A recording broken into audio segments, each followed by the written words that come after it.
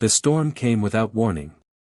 Waves rose like mountains and the ship groaned under the weight of the ocean's fury. A lantern swung wildly across the deck, casting frantic flashes of light over terrified faces. And in the middle of it all stood Polly, her long hair plastered to her face, one hand clutching the wooden railing, the other wrapped tight around the jeweled crown she had stolen only hours before. She wasn't just a pirate anymore. She was a princess too, or at least that's what she told herself when the crown pressed against her palm, hot with the fire of 1,000 regrets. Polly Pirate Princess.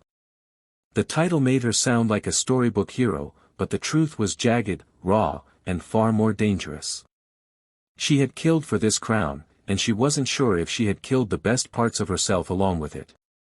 The burden of blood. Polly had not been born into salt and storms. She was the daughter of a fallen kingdom, stolen away at 10 years old when raiders burned her family's castle to the ground. Her last memory of her mother was the sound of lullabies drowned out by screams. She grew up at sea, taught to fight, to steal, and to harden her heart until it became something sharp. But even sharp hearts bleed. For years she told herself she didn't care who she became. That freedom mattered more than goodness. That no one could expect kindness from a girl who had been shown none. And yet, when she saw her reflection in the crown's polished gold, she felt the ache of everything she had lost, the daughter she used to be, the kingdom she might have protected, the family she would never have again. The crew didn't see her hesitation. To them, she was fire and steel, the one who had dared to storm the king's treasure ship with nothing but fury and faith. They chanted her name now, even as the storm ripped sails apart. Polly. Polly. Pirate Princess. The chant was meant as a triumph. To Polly, it was a curse. A heart divided. The storm passed, leaving the ship bruised but afloat. The crown sat locked in a chest in Polly's cabin, glowing in the lantern light like it had a life of its own. She stared at it for hours, trying to quiet the gnawing voice in her head. The voice sounded like her mother. This crown was meant for you, my darling. You were born to protect, not destroy. But another voice, rough and scarred like the sea, growled back. Power is all that matters now. Keep the crown, and they will fear you. Lose it, and they will crush you. Her first mate, a grizzled sailor named Jory, saw the war behind her eyes. You wanted this crown, girl. You fought for it. Why the doubt now? Polly looked at him, her voice low. Because I don't know if I took it for freedom, or revenge. Jory spat into the sea. What's the difference? Polly didn't answer, but she knew. One gives you wings. The other shackles you tighter than iron. A dangerous offer. News spread fast across the seas. The pirate princess who had stolen the king's crown became a legend overnight. Bards sang of her daring, mothers warned their children of her cruelty, and the king himself swore she would hang. So when a messenger arrived under a flag of truce, Polly was ready for another trap. But the letter he carried made her blood run cold. It was written in her mother's hand. Her mother was alive. Hidden, imprisoned, forgotten, but alive. And the king, in his twisted cruelty, offered Polly a choice. Return the crown, kneel, and her mother would be freed. Refuse, and the queen would be executed at dawn. Polly's heart clenched. The crew wanted war, wanted glory, wanted to see their princess spit in the king's face. But Polly wanted her mother. More than treasure, more than vengeance. More than anything. Yet giving up the crown meant giving up the only power she had ever held. The betrayal. Polly tried to keep her secret, but secrets rot in silence. Jory found the letter, and by morning, the crew had turned against her. You would give up our crown for a ghost of a queen, one snarled. She's no pirate princess if she bends the knee to kings, another spat. Polly felt their stares like knives. They didn't care about her mother. They cared about power, gold, and the fear her crown inspired. In the dead of night, Jory cornered her on deck. His voice was heavy with sorrow.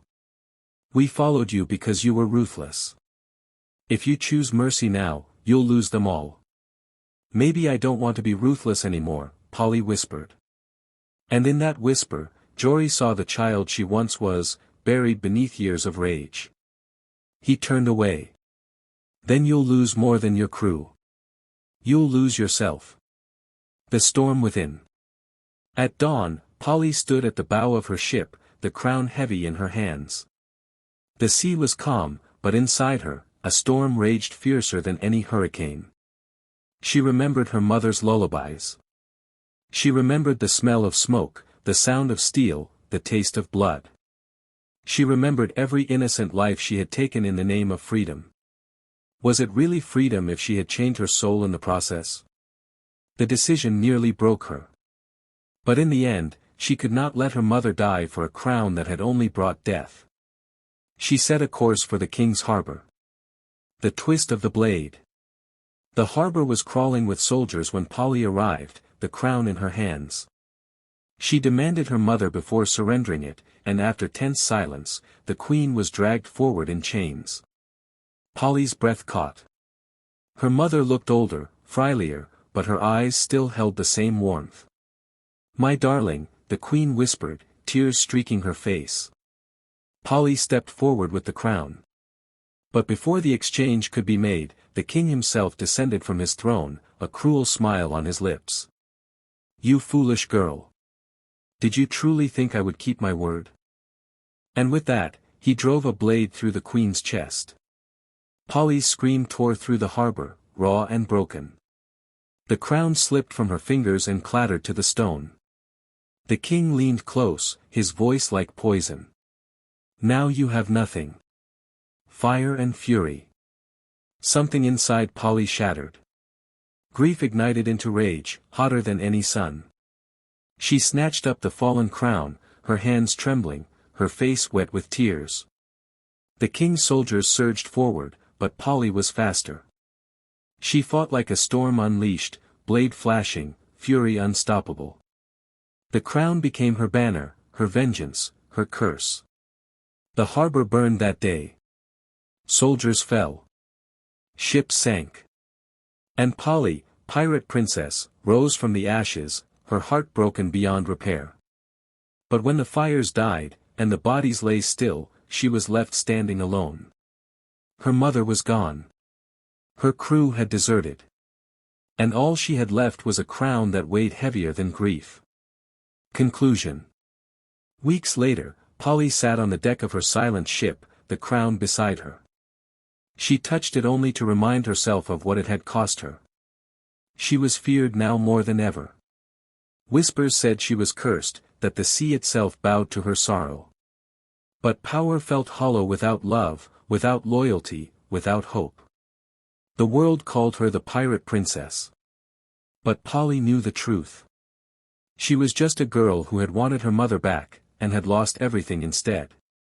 As the horizon bled with the first light of dawn, she asked the sea the question that haunted her still. Was she a queen of freedom, or just a prisoner of her own rage? The waves did not answer.